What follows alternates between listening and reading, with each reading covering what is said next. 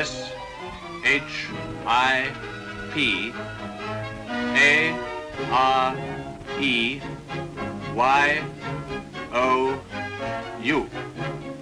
What ship are you?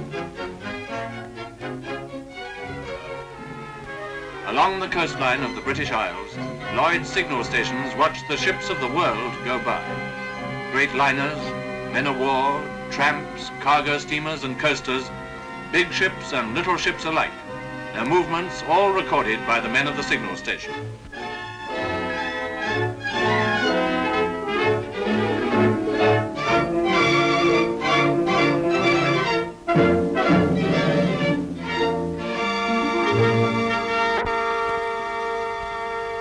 This record is sent to Lloyd's at London, where in the index room, the movements of shipping everywhere are carefully and methodically listed, day by day.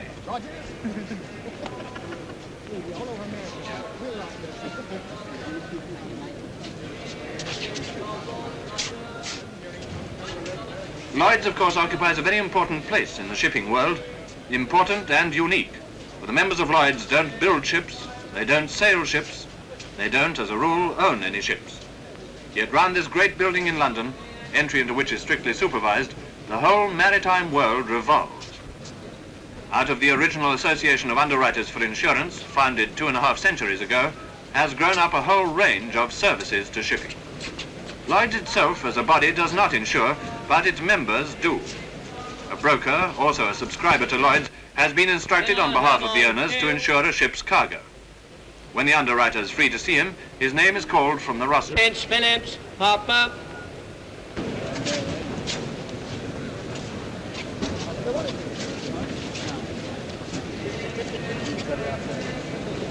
Before the underwriter will issue an insurance policy on the cargo, he must know something about the ship carrying the cargo. He'll look it up in the register book of Lloyd's Register of Shipping, which classifies all the ships of the world.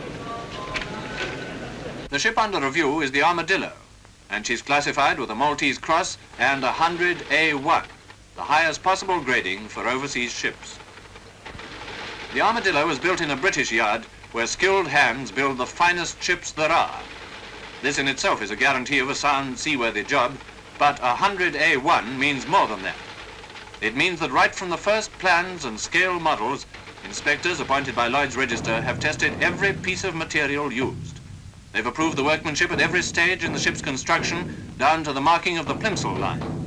Proof that when the vessel is ready for sea, she is thoroughly reliable and seaworthy, the best that skilled shipbuilders can turn out, worthy of the classification given her in Lloyd's Register, 100A1. In the index room, the underwriter will find details of the Armadillo's maiden voyage from Liverpool to Valparaiso. On the basis of his knowledge of the ship and her outward voyage, the underwriter estimates the risk involved and insures the valuable war cargo the Armadillo is to bring from South America to Britain against damage or total loss or both.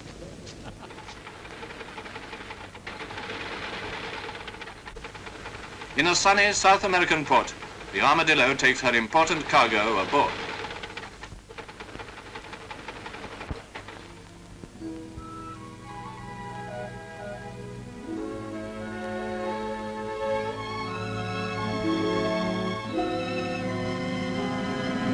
Nowadays, routes are not disclosed in advance. She may go round the Horn, or she may go up through Panama. Until the Armadillo reaches Balboa, the route remains unknown to owners and underwriters. The ship's wireless can't be used these days in case enemy raiders intercept the messages. So until the ship reaches its next port of call, which may be more than 1,000 miles away, no report will be received. Out from the Panama Canal, the smooth seas give way to storms. Into those storms goes the Armadillo, a good ship and a good crew. And somewhere in those hundreds of miles of ocean, the Armadillo disappeared, with its valuable cargo and the crew for whom thousands of miles away, mothers, sweethearts, wives and children are waiting, growing anxious, wondering if after all these years of seagoing, Alf, Bill or Charlie has at last fallen victim to the sea or the new dangers brought by war. The ship is long overdue. Somewhere along the route, the ship owner's agent replies by cable to Lloyd's at London, no news. As the days pass without word, anxiety grows. In such cases, very often the Lloyd's underwriters will seek to reduce their likely losses by reinsuring all or part of the insurance. To do this, they contact a broker specializing in reinsurance, and he goes round disposing of parts of the liability. It's a very valuable cargo, and with a ship long overdue, the risk is great, so the rate of insurance naturally increases. Driven off their course by severe storms, the crew have brought the Armadillo safely into calmer waters.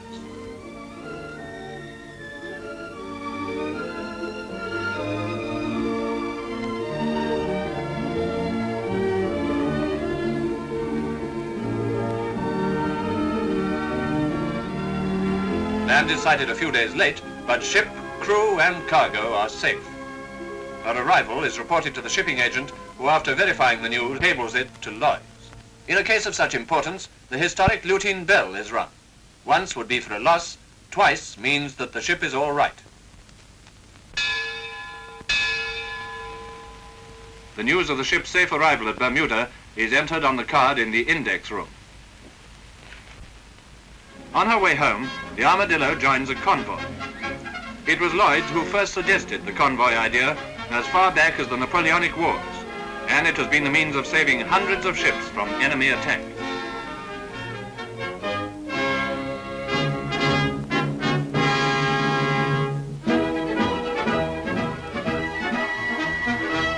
Off the signal station, the ship receives the change destination signal. In these days of war, ports of arrival often have to be changed at short notice.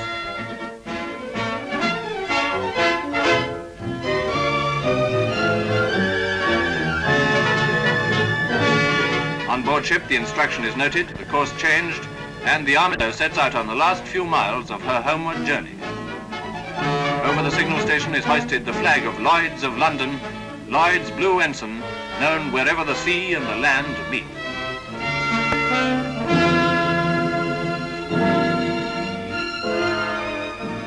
A liner out of Liverpool, a tanker from the Clyde, a hard-run tramp from anywhere, a tug from Merseyside, a cattle boat from Birkenhead, a coaler from the Tyne, all honour be to merchantmen, while any star shall shine.